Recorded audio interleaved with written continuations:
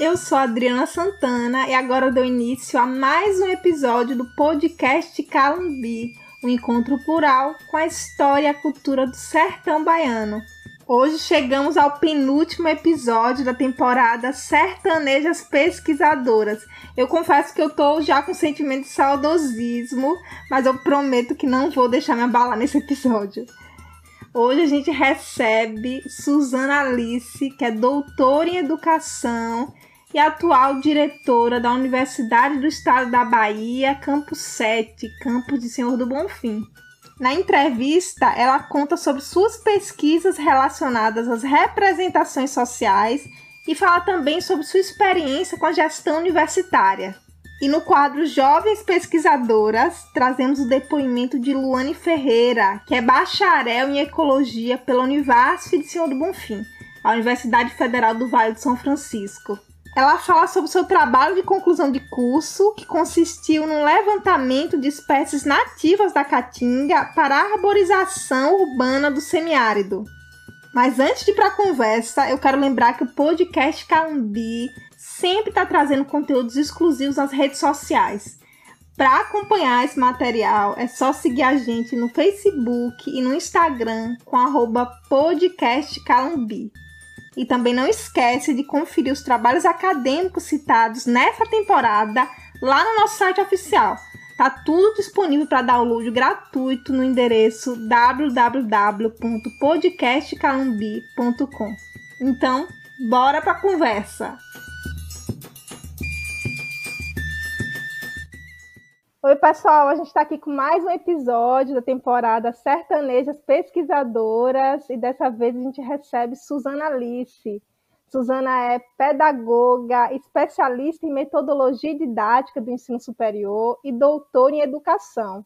Além disso, atualmente ela é diretora da UNEB Campus 7 de Senhor do Bonfim, recém-eleita para a segunda gestão. Seja bem-vinda, Suzana. Obrigada por aceitar o convite. Eu queria que você se apresentasse rapidamente para os nossos ouvintes. Bom, rapidamente é isso. Eu sou uma profissional da educação com muito orgulho. Eu sempre digo que é o lugar que eu gostaria de estar mesmo. E sou professora e já passei por todos os níveis da educação, desde o Fundamental 1, séries iniciais, até chegar no ensino superior. E dentro desse processo, eu vim me construindo, me constituindo também professora pesquisadora a partir do momento que eu ingressei como professora do ensino superior, que era também uma cachaça que eu coloquei como uma referência na minha vida. E um dia eu já sonhei fazer pesquisa e ganhar dinheiro com isso. E é aquela história da gente, quando a gente quer muito, o universo está conspirando. E aí foi nesse processo também que eu me tornei pesquisadora com meu mestrado, meu doutorado, e isso faz parte da minha carga horária também de trabalho, ou seja, eu ganho dinheiro também fazendo pesquisa. Mas e a gestão universitária nunca teve nos meus planos, mas entrou. Né? Eu penso que é uma experiência muito, muito interessante, porque a gente aprende mais a compreender a universidade por dentro, né? E a gente, a partir disso, se integrar e formar um coletivo em defesa do nosso departamento, do Campus 7, de fortalecimento. E aí a gente está também nessa luta, que é bastante interessante e é um espaço também de produção de saberes, porque a gente vai sempre utilizando isso também para problematizar e somando para as nossas atividades também de pesquisa, de aprofundamento. Eu adoro receber professores aqui no programa porque eu acho que tem um brilho no olho, sabe? Uma paixão diferente que o educador tem. E é muito legal conversar com gente assim que é apaixonada pelo que faz. Eu queria que você contasse um pouquinho como você ingressou na área da pesquisa, né? A gente, quando entra na graduação, muitas pessoas não têm esse interesse ainda, descobrem ao longo do processo, ou tem gente também que já entra sabendo, não, eu quero ser uma cientista. Eu quero saber como foi para você, se foi aos poucos você foi se descobrindo essa pesquisadora apaixonada, ou já tinha essa ideia antes de entrar na graduação? Não, quando eu entrei na graduação, na verdade, minha graduação ela não foi tão potencialmente voltada para a formação, para a pesquisa. né? Mas eu tive um professor que me inspirou bastante. Eu comecei, na verdade, minha graduação em uma universidade particular, né? Na Universidade Católica de Salvador, e a gente sabe que essa preparação para a pesquisa ela é forte nas universidades públicas. E aí minha graduação não foi tão voltada para isso, mas eu já tinha um professor que ele era um pesquisador nato, e eu já ficava muito encantada com os relatos dele, que ele fazia das investigações, e aí foi despertando mas a minha vontade mesmo, e o meu desejo de me tornar pesquisadora de fato, porque foi na graduação que eu descobri que eu queria seguir a carreira acadêmica. Foi lá. E aí eu fui investir, então, na minha especialização, quando eu fiz para metodologia e didática do ensino superior, já era para me preparar para entrar na universidade, porque eu fiz como uma meta de realização de vida, para entrar como docente.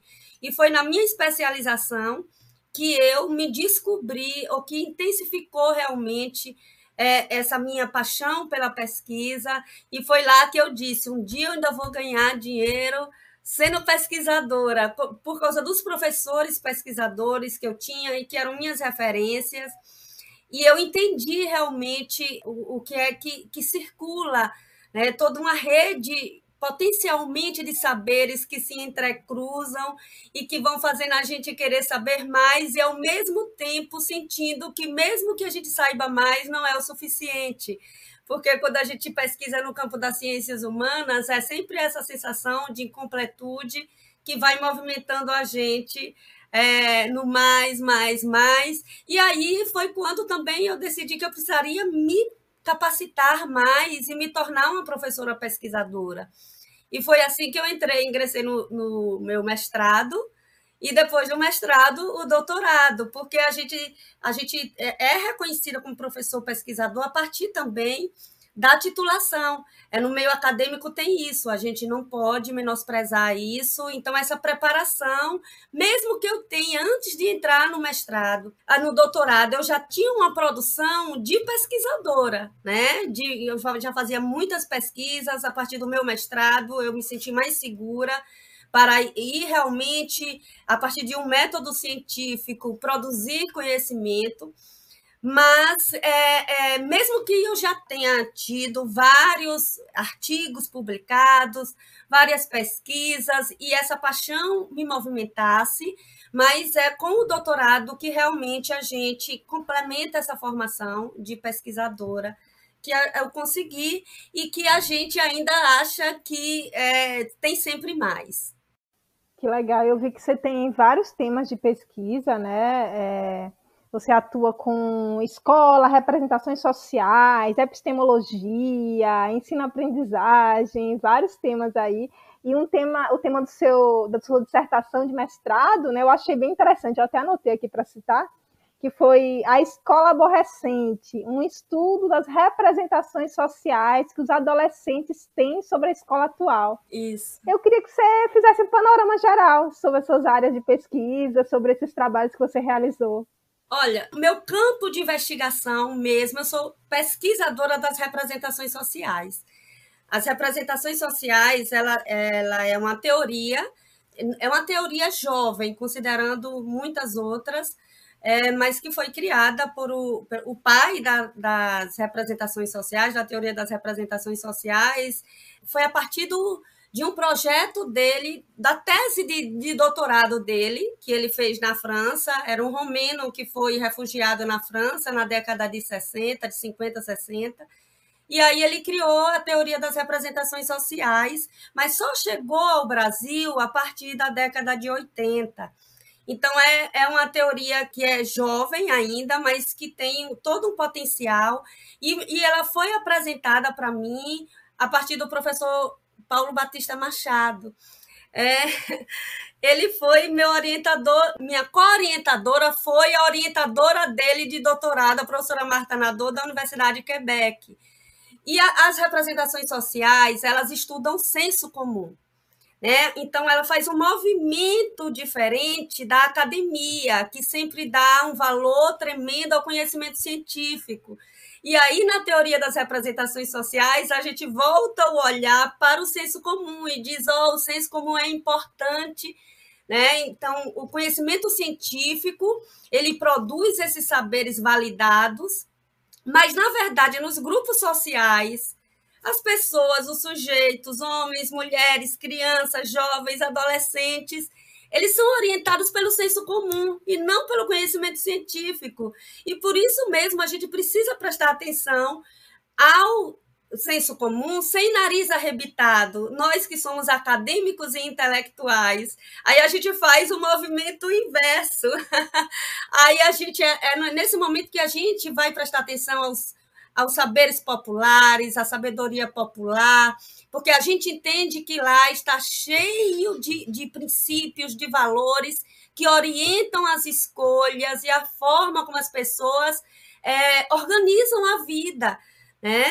E aí, quando eu fui para a minha dissertação de mestrado, a gente estava passando por uma fase, foi no início dos anos 2000, mais ou menos meados dos anos 2000, estava existindo uma desorganização e uma desarrumação grande, que as pessoas diziam que os adolescentes... Eu lembro bem de uma frase bem clichê, que dizia assim, existe uma perda de valores, os adolescentes não querem mais nada, eles vão para a escola, eles não querem saber da escola, e aí estava todo mundo sem saber o que fazer com esses adolescentes, que eram os adolescentes que já davam sinais da revolução comunicacional que estava acontecendo naquele momento, com acesso à internet, ou seja, mudaram as formas de se organizarem, e de também estarem na escola. E a escola queria que eles fossem as mesmas pessoas de décadas atrás.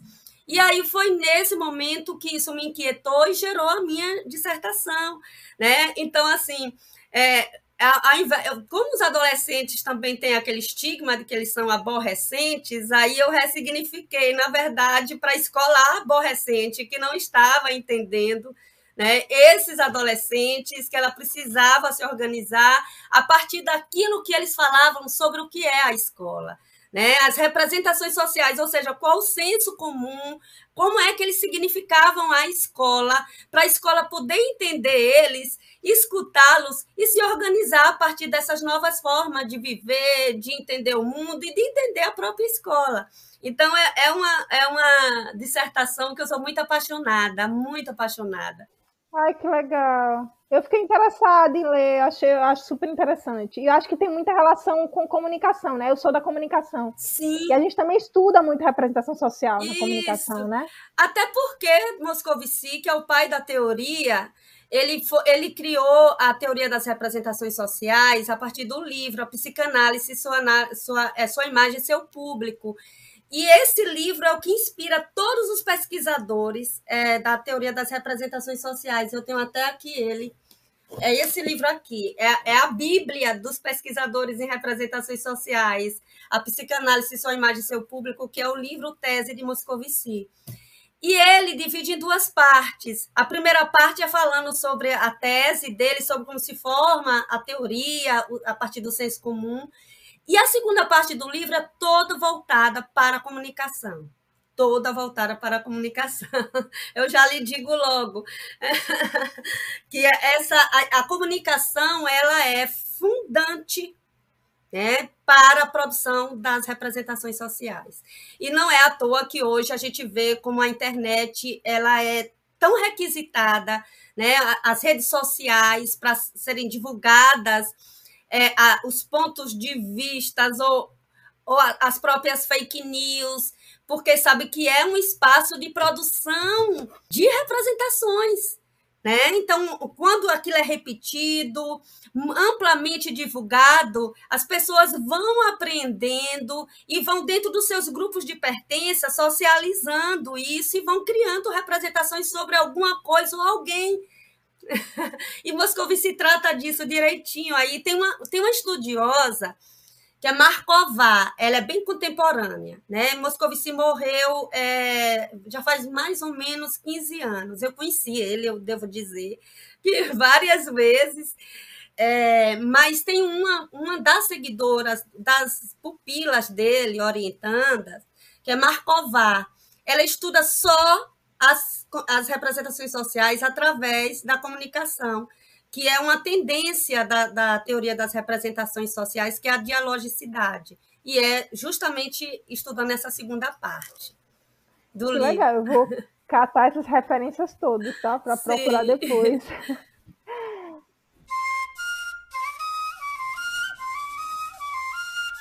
Jovens pesquisadoras.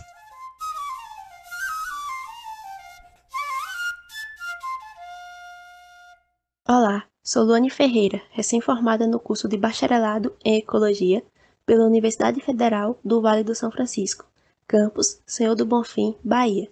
Bom, entre os motivos que me impulsionaram à escolha desse curso está a admiração e a sensibilidade que tenho para com a natureza e todos os elementos que a compõem.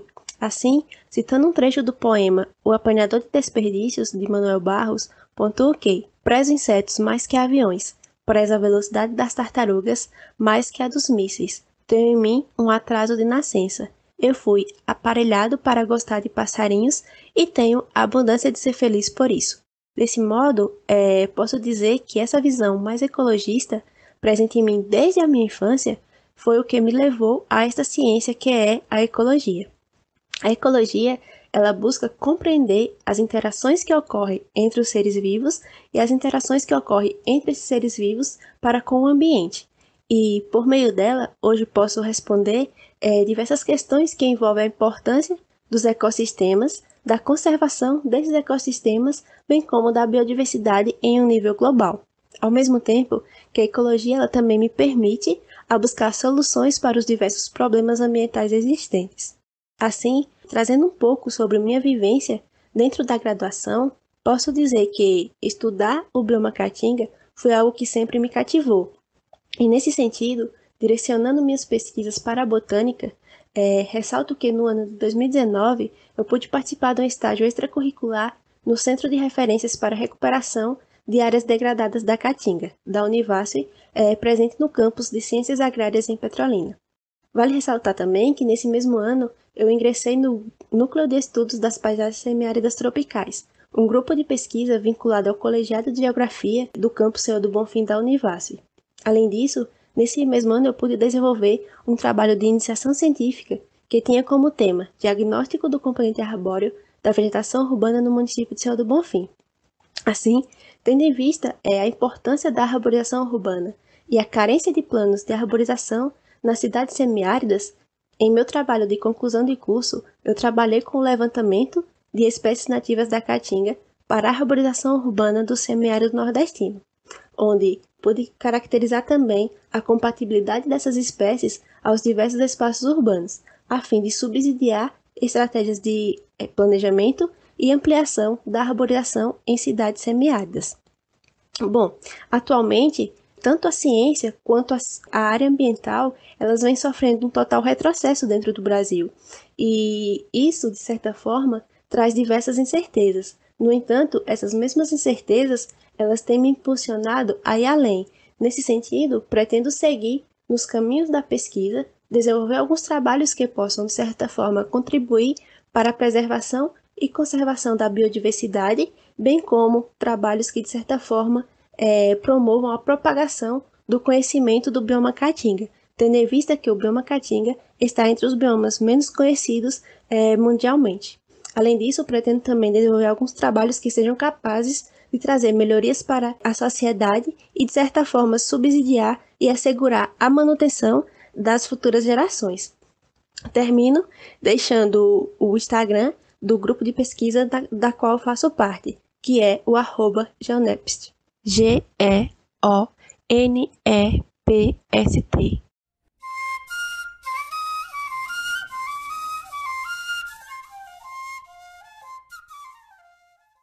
Eu queria te perguntar agora, né, sobre esse novo ramo da sua carreira, poderia dizer assim, que é a gestão universitária, né?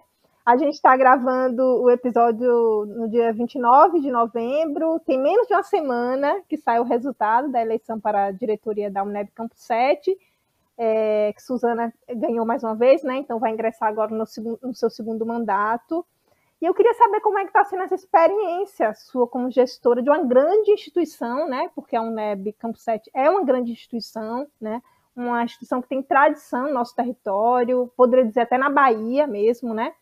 E eu queria saber como é que está sendo essa experiência, quais são os principais desafios, em especial na pandemia. Acho que não dá para fugir desse tema, né? Você foi diretor enquanto a gente passou por esse período tenebroso que a gente ainda está vivendo, né? E teve que lidar com dificuldades muito particulares, como corte de recursos, aula à distância. Então, eu queria que você falasse um pouquinho. Veja só, quando eu comecei o meu primeiro mandato, foi em meados de 2018. E aí, quando eu cheguei, na época o reitor me disse, você está chegando, e ainda assim, né, com tipo um deboche, me provocando. Você está chegando na pior fase da universidade, a pior fase que a universidade está passando, que era uma forte crise financeira. Então, para você ter ideia, os recursos que nós recebíamos descentralizados da universidade para os campi e para aqui o departamento, também o Campus 7, eles foram reduzidos na ordem de 50%. E aí, aqueles planos que a gente tinha, que eu dizia assim, e agora, o que é que a gente vai fazer com tão pouco dinheiro?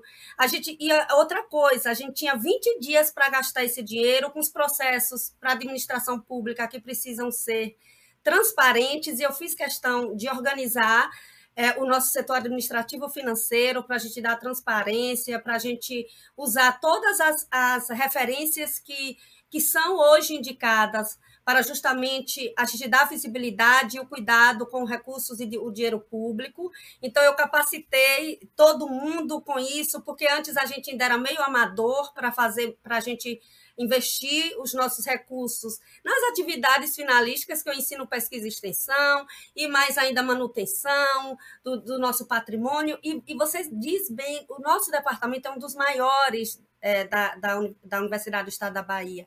No interior, é um dos maiores. Então, assim, enfim, foi um desafio, mas a gente conseguiu com muito planejamento, e olhe que eu não estava nos meus planos, eu assumi essa gestão por um desafio do professor Marcos Fábio, quando eu voltei do meu doutorado em 2017, ele me chamou uma semana depois de eu ter brigado com ele, porque eu cheguei, minha sala de pesquisa tinha sido desmontada, eu fiquei fora um tempo com o doutorado, quando eu cheguei, minha sala tinha praticamente sido desmontada, os nossos materiais, a nossa biblioteca pessoal de representações sociais também, com os nossos livros que nós conseguimos de editais, enfim. E eu cheguei brigando com ele, eu quero tudo de volta, e não sei o quê, não sei o quê.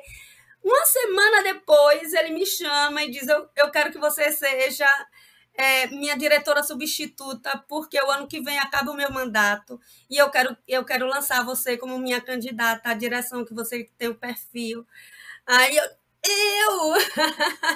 ele disse, a gente precisa de alguém com seu perfil para organizar o departamento, para mexer em lugares que eu não pude mexer. E aí ele falou comigo, aí logo depois eu disse, não, eu não tenho essa pretensão, eu sou uma professora pesquisadora e eu quero investir nisso. Mas daí o que foi que aconteceu? Um mês praticamente depois, ele faleceu em um acidente de carro, né? E aí eu entrei muito em parafuso. Eu digo, como é que ele faz isso? Lança esse desafio para mim e morre, sabe? E aí eu fiquei como se fosse assim uma missão que eu teria que dar uma resposta para ele. E eu me candidatei justamente para isso, para dizer, Marquinhos, eu não consegui, se eu perdesse, né? Eu não consegui, mas eu cumpri eu honrei a sua vontade, né? E, enfim, deu certo. E o meu perfil, quem me conhece sabe, de ser uma pessoa muito exigente sempre. Eu sou muito perfeccionista, que é um defeito meu também. Isso não é uma virtude, uma qualidade, muitas vezes, né? Porque a gente se doa muito e existe vida fora das nossas atividades profissionais. Mas, enfim, quando eu entrei na direção, o meu desafio foi de fazer o melhor e me doar e me entregar, porque esse é o meu perfil, como pessoa, e eu digo isso como amiga, como mãe, como isso, como aquilo, e eu fui com esse desejo, e a partir disso a gente passou a se organizar a partir da realidade que a gente tinha, com muito planejamento, escutando, vendo as necessidades, e a gente conseguiu realmente avançar com poucos recursos, mexendo em coisas que não eram mexidas há décadas, de reestruturação, de reformas, porque sempre existe a circulação de que a Universidade do Estado da Bahia, com a sua multicampia, né, que nós somos uma das maiores do país, para alguns governantes sempre há essa narrativa de que nós temos uma estrutura que é cara. Então, assim, sempre paira aquela ameaça de reestruturação da multicampia, né? Ou seja, de se reorganizar os departamentos, se juntar departamentos para poder ter uma perspectiva mais econômica para os gestores, essa perspectiva mais economicista que assusta a gente. Então, foi um desafio meu também, dizer, se a gente estiver forte, se a gente estiver organizado, se a gente tiver ensino, pesquisa e extensão de qualidade, se a gente tiver com isso registrado, se a gente tiver atuando fortemente a partir da nossa organização interna, que precisava organizar bastante, a gente vai se defender, a gente vai ter fôlego para se defender, né? Para dizer que a gente não pode ser aglutinado por outro lugar. Se quiserem que a gente aglutine, sim, mas a gente não vai ser aglutinado. E para isso eu comecei uma campanha mesmo para dizer quem a gente era, criamos a nossa assessoria de comunicação, e fomos também para a rua, fomos para a Câmara fazer audiência pública, para dizer que a gente era forte, para pedir a ajuda também politicamente das nossas representações, enfim. E a gente estava nesse movimento todo, aí, veio a pandemia. E aí, quando a gente achava que era um momento difícil, mas que a gente estava lutando e a gente estava conseguindo avançar, mesmo com essa dificuldade financeira, que a gente conseguiu driblar com muita organização, capacitação. Aí veio a pandemia, e a pandemia, sim, foi o momento mais difícil. E eu dizia que eu iria sair expert na administração da pobreza, né? Administração ou gestão universitária da pobreza. Mas aí, quando veio a pandemia, a gente teve que se reinventar. Todo o modelo que a gente tinha não servia mais de gestão. E aí o nosso desafio foi se manter vivo na pandemia, se manter atuante, né? Retornando, fazendo um trabalho remoto que a gente nunca tinha feito, mas eu tinha que liderar esse processo, né? Tanto para funcionar, os setores administrativos funcionarem, a gente ter que manter o nosso departamento à distância, fazer a proteção do nosso patrimônio, e, além disso, a gente continuar como um organismo vivo, através do ensino, a pesquisa e a extensão, liderando esses processos, né, de motivação, de incentivo e de organização.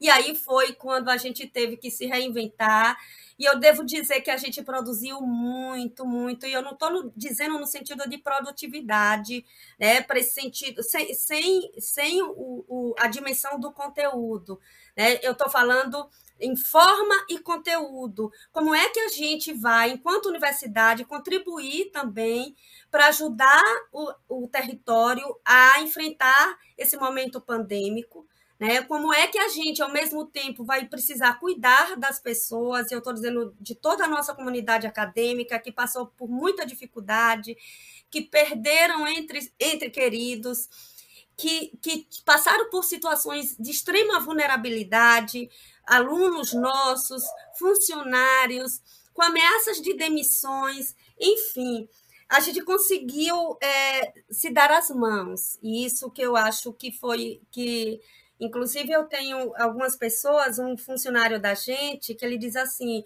você vinha muito bem, mas você foi excepcional na pandemia.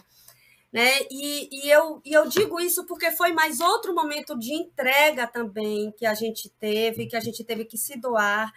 E eu sempre digo que eu estou muito cansada hoje porque eu não tive tempo de viver as minhas dores, os meus medos, os meus lutos, que eu também perdi pessoas queridas, né? E eu estou muito cansada, precisando descansar. E ainda enfrentar uma eleição nesse momento, né? Uma campanha, mas assim a gente conseguiu se manter vivo, assim, e eu agradeço, não foi uma liderança minha, mas eu agradeço ao coletivo, né? A gente é coordenadores de colegiados, o nosso setor administrativo, e eu falo de todos os outros setores que estão aí, setor acadêmico, setor administrativo, os protocolos, secretários de colegiados e professores, porque eles estão na ponta, né? E estudantes também, que a gente não conseguiu atingir a todos, mas a universidade também conseguiu fazer uma política de inclusão, de acessibilidade que alcançou muitos e muitas estudantes em situação de vulnerabilidade, distribuindo equipamentos, distribuindo chips com dados de conexão.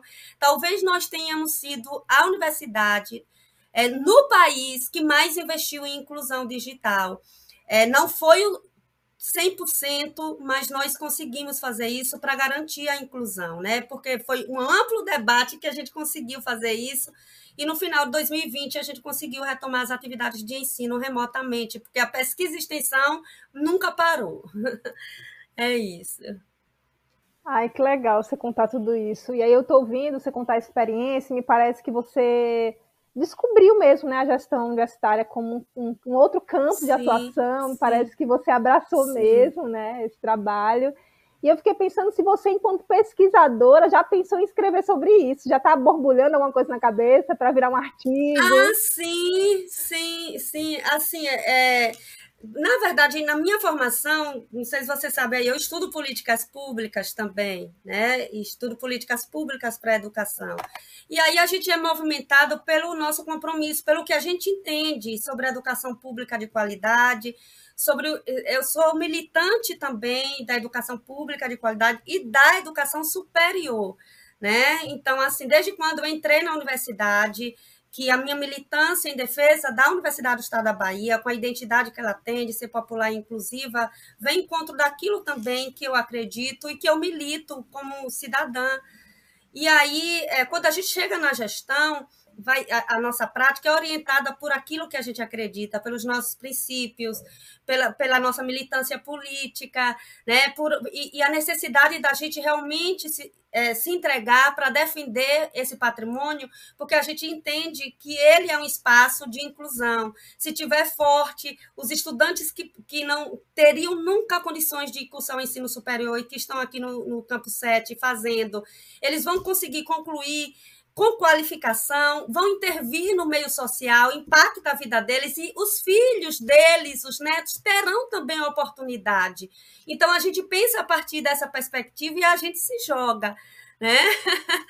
Agora, eu já escrevi alguma coisa assim, já apresentei em um congresso internacional a nossa experiência de gestão durante a pandemia. A partir dessa perspectiva também das representações sociais, a gente já fez tem feito esses debates. E eu digo para você que eu vou escrever muito, muito, muito sobre isso, porque eu também pesquiso. Além disso, minha tese ela é voltada para, além das representações sociais, eu estudo o Antônio Gramsci. E Gramsci é um dos maiores filósofos da modernidade, né, que estuda, inclusive, a política como autodidata, né? Eu achei super chique quando eu vi o tema da sua tese. Uhum. E Gramsci foi um autodidata que escreveu sobre política como ninguém. E ele dizia no cárcere, na prisão, quando ele estava lá preso, ele não sabia até quando ele iria, ele disse: eu preciso de cadernos para que eu quero escrever algo para a eternidade, né? E aí ele recebeu cadernos mesmo, daqueles cadernos que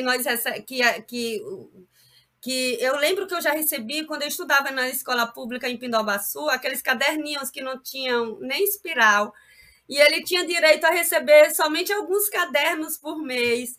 E foi assim que ele escreveu, com lápis e caderno. O papel era esses cadernos escolares, que a prisão, o pessoal do cárcere dava direito a ele a receber alguns, e ele escreveu uma das maiores teorias políticas que existe, como autor clássico, falando justamente a partir desse lugar dele tão limitado, e se tornou imortal, eterno.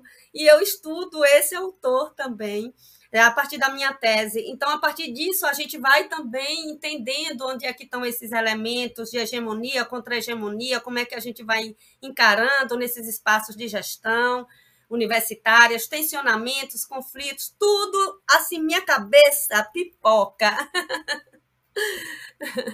Que delícia, gostei. E aí eu queria saber agora suas maiores referências femininas na área da pesquisa, né? Que se você pudesse citar algumas mulheres que te inspiram a escrever, a pesquisar, a ser uma grande pesquisadora como você é, né? Quem você lê, que você acha, poxa, essa pessoa me ajudou muito a ser quem eu sou hoje. Veja só, eu sempre digo que a minha referência primeira da minha militância também como mulher, das minhas pautas feministas, eu sempre digo que a minha militância primeira se chama Marisa Barbosa. Ela é uma mulher incrível de lá de Pindobaçu. A gente entrevistou ela, você acredita? Sério? A gente entrevistou, sim! Marisa Barbosa, ela era minha vizinha, que eu sou de Pindobaçu, né? E ela era minha vizinha lá em Pindobaçu. Eu era criança e ela já adolescente, já mais adulta, ela namorava um irmão meu de criação, eu ainda era criança. E eu sempre gostei muito de ler. E eu, assim, nos meus 10 anos, ela me deu um livro para ler. Rebeca, a Mulher Inesquecível. Era tipo uma bíblia. Eu gostava muito de ler, mas eu lia revistas em quadrinhos. E ela me deu esse livro, Rebeca, a Mulher Inesquecível. E eu li sobre empoderamento feminino através de Marisa. E ela é uma mulher muito empoderada até hoje, né? Ela é muito empoderada. E eu sempre digo que ela é minha musa e a minha referência de empoderamento feminino. E através dela eu comecei a ler sobre isso. Atualmente eu tenho lido muito sobre mulher empoderada. Eu tenho lido também muito Jodelet. Denise Jodelet, que é uma das maiores pesquisadoras de representações sociais vivas hoje no Brasil, ou no Brasil não, no mundo. Ela era orientanda de Moscovici, e ela depois que ele faleceu, ela era a pupila dele, que acompanhava ele para todo lugar, e ela ficou sendo como se fosse a mãe da teoria das representações sociais. E ela leu, inclusive, minha tese. Eu tive esse privilégio dela ler a minha tese em um evento que ela veio em Salvador, com o nosso grupo de pesquisa. Eu fiz o doutorado no programa de pós-graduação da UNEB, que é o PPG Educ, que é o mais antigo, né? E aí ela veio fazer uma conferência de abertura. E, na época, eu estava falando muito sobre isso e as pessoas já se interessavam muito, os estudiosos se interessavam muito sobre a conexão que eu estava fazendo entre Moscovici e Gramsci. E interessou a ela também saber que conexão era essa que eu estava fazendo, porque era algo muito original para o alargamento da teoria. E aí ela pediu para ler a minha tese. Aí ela leu e eu tive um encontro com ela para ela analisar, para ela me falar, para ela me dizer. E ela é uma mulher muito empoderada, né? Ela já é uma idosa, né? Mas ela viaja o mundo todo divulgando a teoria. E ela tem sempre algo para falar sobre as nossas condições enquanto sujeitos.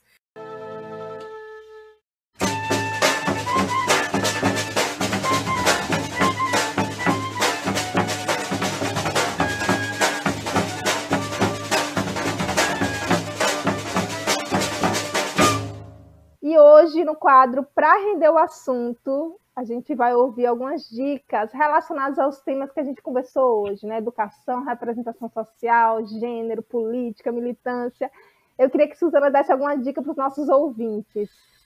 A dica que eu quero dar, e essa dica eu penso que ela é bastante interessante para a gente se aproximar mais disso que eu estou falando, de como é que os saberes populares, como é que o senso comum orienta as nossas condutas, orienta as nossas escolhas e organizam os grupos sociais, os espaços de pertença delas, a partir de como as pessoas pensam o mundo, pelos saberes que estão transitando entre eles.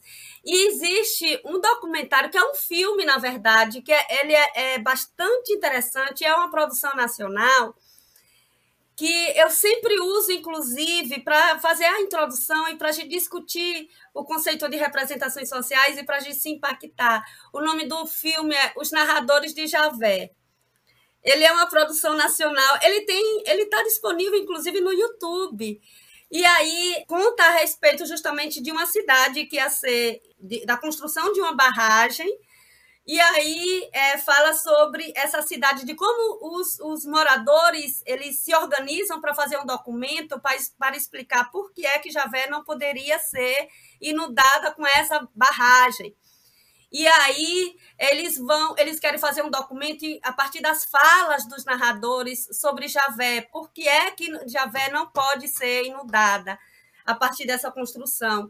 E aí inclusive é uma produção que lembra muito a gente, é uma produção bem sertaneja, nordestina, e aí a gente se diverte, a gente chora, com as pessoas falando o que é Javé e por que é que Javé não pode ser inundada. E lá está marcado, todos os argumentos são marcados por representações sociais. Aí entra lá as questões culturais, os elementos que são construídos de uma geração para outra, de como isso emociona a gente, e a gente se reconhece também no imaginário social, nas crenças que eles têm, e aí circulam elementos políticos, que a gente se reconhece também como eles pensam política, os elementos religiosos, os elementos das marcas, das tradições culturais, enfim, e ao mesmo tempo a gente entende por que é que as representações sociais são tão impactantes e a gente se apaixona e sente desejo de estudar mais sobre isso. Então, minha grande indicação é essa: assistam o filme Os Narradores de Javé a partir desse olhar de como as pessoas se entendem e como elas se reconhecem dentro desse coletivo que são as representações sociais. Ai, que perfeito. Eu vou dar uma dica de livro. Eu acho que é super importante falar desse livro, principalmente porque a gente recentemente viu o cancelamento, né, do Bolsa Família, que é um programa tão importante. E esse livro, Vozes do Bolsa Família, Autonomia, Dinheiro e Cidadania, escrito por Valquíria Domingues Leão e Alexandre Pisani, é um livro que fala sobre como as mulheres mais pobres conseguiram autonomia a partir do recurso que elas receberam no Bolsa Família, né? Então, por mais do que um programa de transferência de renda, esse é um programa que fez as mulheres terem voz pela primeira vez dentro de casa, inclusive possibilitando que muitos saíssem de casamentos onde elas eram agredidas, por exemplo. Então, esse livro também fala sobre representação social, né? Como essas mulheres se enxergam dentro desse grupo, e como elas conseguem avaliar sua própria vida a partir de uma condição diferente, né? Então, acho que é uma super indicação, é um livro publicado pela editora da Unesp e vale muito a leitura. Eu te agradeço muito pela participação, eu sei que sua vida está super corrida, já era antes da diretoria, agora mais ainda, né? Imagino que são reuniões infinitas, como é que você estava fazendo hoje, só para contextualizar o ouvinte. Suzana estava na reunião interminável aqui, que ainda não terminou, e ela teve que interromper para participar da gravação. Então, agradeço a boa vontade de estar aqui com a gente. Muito obrigada. Que nada! Eu sou apaixonada por esse projeto. Eu sou apaixonada, e eu já declarei a minha paixão. E eu penso que vocês fazem um trabalho muito lindo, importante, um registro mesmo, a construção de memória, né, e de um material que eu penso que vocês têm a dimensão da importância desse trabalho que vocês estão fazendo. Então, eu sou muito admiradora desse projeto do Calumbi, e eu sempre falo, você é do Calumbi, porque tem pessoas também que são muito especiais para mim, que fazem parte desse projeto, e eu penso que eles ficaram maiores ainda, né, participando desse projeto, e é um prazer e uma honra para mim estar aqui colaborando com vocês, tá? Muito obrigada. Tchau, tchau. Tchau, tchau.